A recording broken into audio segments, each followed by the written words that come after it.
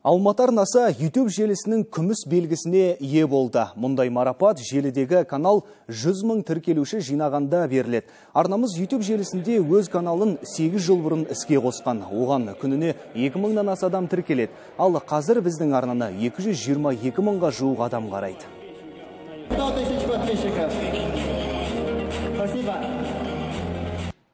Осы уақытқа дейін желідегі парақшамызға 39 мыңға жетіп жығылатын бейне материалдар жарияланса, 8 жылдың ішінде оларды 104 миллионнан аса адам тамашалапты.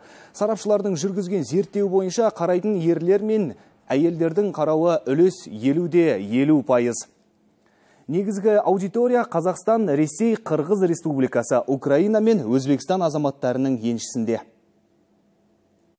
Когда телевидение только появилось, телевизия енді пайда болған кезде оның көрермендері теледидарға тәуелді болатын. Ал қазір жағдай өзгерді. Көрермен өзі қалаған контентті ғаламтордан көре алады. Осыған байланысты YouTube желісінде өмір иірімі драмалық деректі фильмі, Сәуле ғұмыр, Інжу маржан, Алматинский история бағдарламаларын көп қарайды. Біздің видеомыздың енді негізгі контент, біздің YouTube каналдағы негізгі контент ол телеарнаның өнімдері, ол жаңалықтар, ол тележобалар.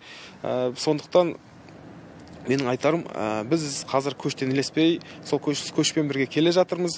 Алдағы уақытта да телеарнаның YouTube каналын миллион қолданушыға жеткіземіз деген сенімдемін.